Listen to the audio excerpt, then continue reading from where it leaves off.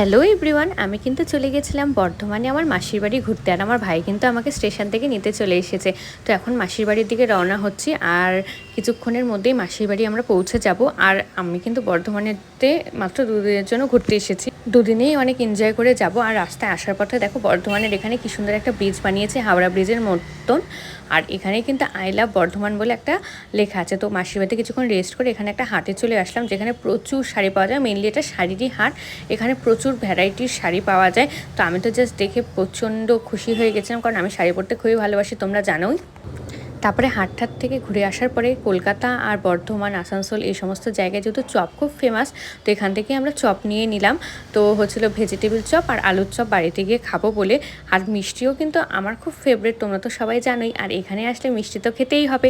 তো মিষ্টি টিষ্টি খেয়ে নিয়ে বর্ধমানে একটা খুব ফেমাস লস্যির দোকান রাধা মাধব থেকে লস্যি খেয়ে এখন আমরা বাড়ির দিকে রওনা হচ্ছি। আজকের ব্লগটা এত